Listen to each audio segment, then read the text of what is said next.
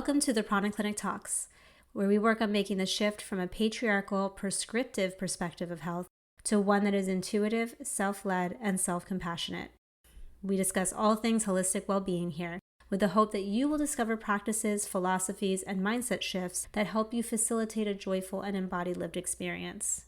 I'm your host, Aliana Ramirez, and I truly believe that it's possible for every single one of us to live a life of ease and joy in a body we feel at home in.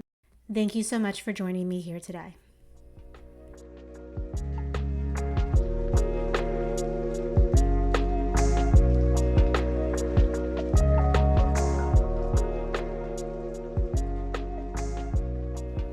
I wanted to talk to you today about the concept of interconnectedness. For some reason, I was in the kitchen and this popped into my head, and so I wanted to sit down and talk about it. So I probably will do another more formal, perhaps, episode later on about this. It's the concept I'm sure that's going to come up all the time, but it just popped into my head, this concept of interconnectedness, because it's a core concept in yoga. And yet, one of the things that we do as yoga teachers, yoga therapists, especially in yoga therapy, and practitioners, is break things apart. So we have all these wonderful classes right now, yoga for the hips, yoga for aging, yoga for the feet, yoga for anxiety. The list goes on and on and on, right? And when we look at the core practice itself, and when I say the core practice itself, I'm talking about specifically asana, movement practice, right? The movement portion of the yoga practice. It was originally intended to get energy flowing through the entire mind-body system, right? To shift the way energy flows through our mind-body system, to clear it and direct it and enhance it, mostly to enhance it. And of course, inevitably, we're going to start to shift towards a sense of isolation and separation, partly because that's how our society does things. We have a specialist for everything now, right? But also because that's what our brain can comprehend. Our brain needs smaller bits of information. Our mind needs smaller bits of information to comprehend at any given time. And then the intention is that later on we go and we start to integrate and compile all those bits and pieces that we've learned into one bigger picture. But the practice itself was originally intended to increase a sense of unity and to build that sense of interconnectedness within our own system. A lot of times when we look at illness or dysfunction from the holistic perspective as a separation. Either our mind and body aren't integrated, we've cut off, neurologically speaking, energetically speaking, we've cut off a part of our body to separate us from any pain that's sitting there. Or there's a body part, muscle, or organ that's not acting in unity with the rest of the body system. Separation and dysfunction tend to go hand in hand. And yet we have created all these practices, myself included, have created all these practices and classes and ways of teaching and ways of learning that are so separate. And even though I refer to kind of the tendency towards specificity in our current society, this isn't a new issue. In the Hatha Yoga Pradipika, which is a seminal text for the practice of Hatha Yoga, it is discussed that Hatha Yoga has been accepted as a therapeutic science all over the world, and we teach it to people because they need it. We're sick, and our current medical paradigm hasn't been able to meet that challenge, but Hatha Yoga has been helping everyone. And many teachers make the mistake, this is what the book says, many teachers make the mistake in the West of taking a patient with arthritis, rheumatism, or insomnia, teach them a few exercises, and that is it. Hatha has not been used to treat the total personality. So this interpretation is by Swami Muktabodhananda, and he wrote this in the 80s. It's an interpretation and a discussion on the original Hatha Yoga Pradipika text.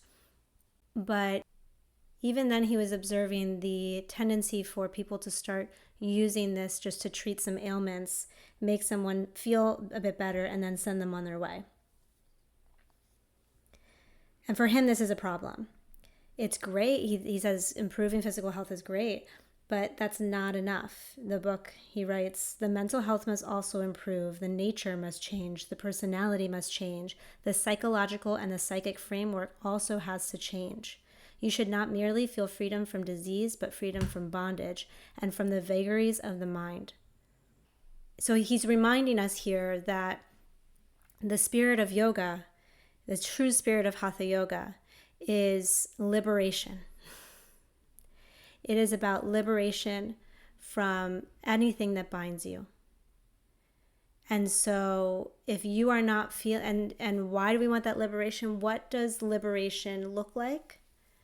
For me, it is connection to spirit. So when we talk about liberation, we are freeing ourselves from what binds us from the deeper truth of reality. And that truth of reality from this philosophy, from this perspective, is the truth of ultimate interconnectedness of all things.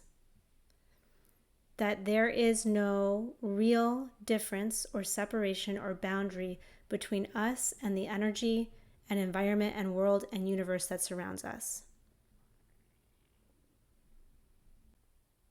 We are all interconnected. And so therefore it stands to reason, of course, that our entire mind-body system in and of itself is interconnected.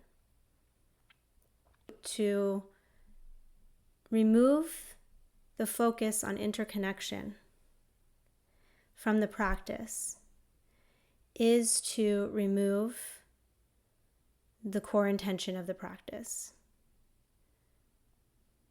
We're removing the spirituality from the practice when we do this. Right? If we look at spirituality as the intention to experience the ultimate truth of interconnectedness with some type of source energy.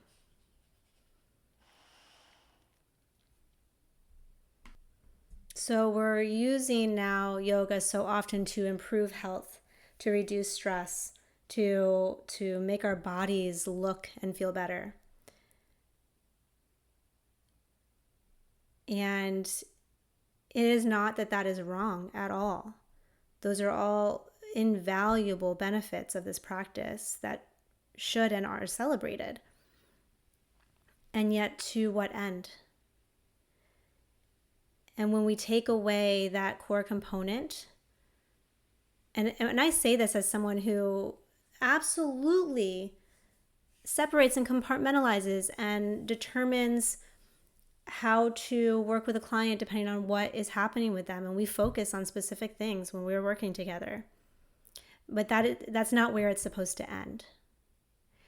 And that's not everyone's desire when they come to yoga. I do think underlying that is a part of the desire, maybe subconsciously. Certainly once you've practiced, if you're truly practicing a yoga practice where you are integrating breath and focus and mindful awareness, you are going to experience moments of interconnectedness, of expansiveness, of, I would argue, spirituality, inevitably. And I believe it's those moments that get people coming back to the practice.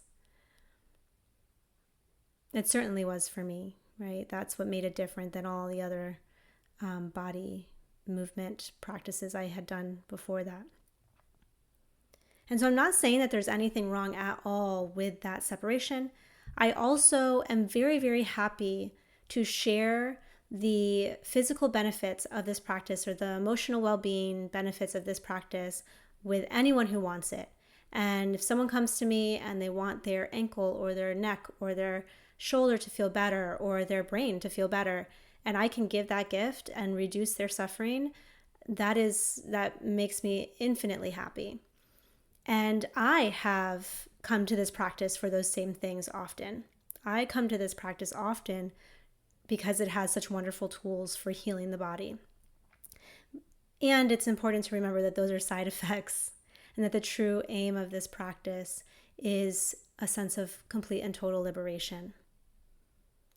May never ever get there, but even stepping closer to it, even going on that path, I feel brings so many incredible benefits. And so how do we kind of rectify this dichotomy in our brains? So one way is to acknowledge that there's beautiful, beautiful benefits all along the path as we move through this practice towards liberation. And it is okay to feel good about those benefits. And if you are not interested in the spiritual practice, then, getting to the point where you feel like you've gotten what you need out of it and stopping there is completely within your right. And it's completely okay to do that. Or the other way to look at it, another way to rectify this, one that I really, really love, is something that we talk about in yoga therapy a lot, is that interconnected web. So if we look at all the aspects of ourselves as a web, and you know how in a web there's those points where the fibers overlap, right? So if you have a web that's circles, circles, circles, and then lines coming out from the middle, where the lines meet the circles, there's an overlap. There's a meeting point there. And we can think of each of those little meeting points as aspects of ourselves. Not just the body, but we'll use the body as an example. So one of those points may be our ankle, one may be our shoulder, one may be our head, one may be our ear, one may be our stomach. And in yoga, we look at, in yoga therapy specifically, when we're looking at how to heal the system, we consider the fact that if you were to pull on a piece of the web, if you were to grab between your two fingers one little meeting point of those two silk fibers, and we pull, it's going to move the entire web. So if there's a place where something gets tangled in that web, or where something pulls on that web, the whole web will be affected. And if we release it, then the entire web goes back into its place. So we can look at our practices of specificity as tools that are helping us to focus on one area for the sake of simplicity, clarity, and comprehension, while knowing that doing that work will affect the whole system. And so maybe that's enough to help shift perspective a little bit towards considering the whole body. And of course, again, I'm oversimplifying even here, right, for the sake of comprehension and clarity.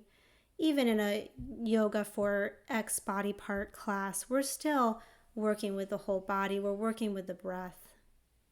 And that actually, I would argue, would be a third place where we can rectify, is the breath is a great unifier. I'm not going to spend too much time here because I could do an entire episode. I could start a whole podcast just on the breath, of course. But that is one of our core tools that we use to create a sense of interconnectedness and unity, to help the work that we're doing, perhaps with a specific body part, affect and shift over to all the others. Through the energy body, the entire web is connected. So just a little food for thought. That's about all I have to say on that, because I could go on and on, but just the thought about interconnectedness and how we're approaching our practice and how it may benefit us to create some separation sometimes, and where we might start to feel limitations because we're not allowing ourselves to move past that specificity and explore more integration. Okay. As always, if you like this episode, please subscribe. It would mean a lot to me. Leave a review if there's something you're interested in talking about.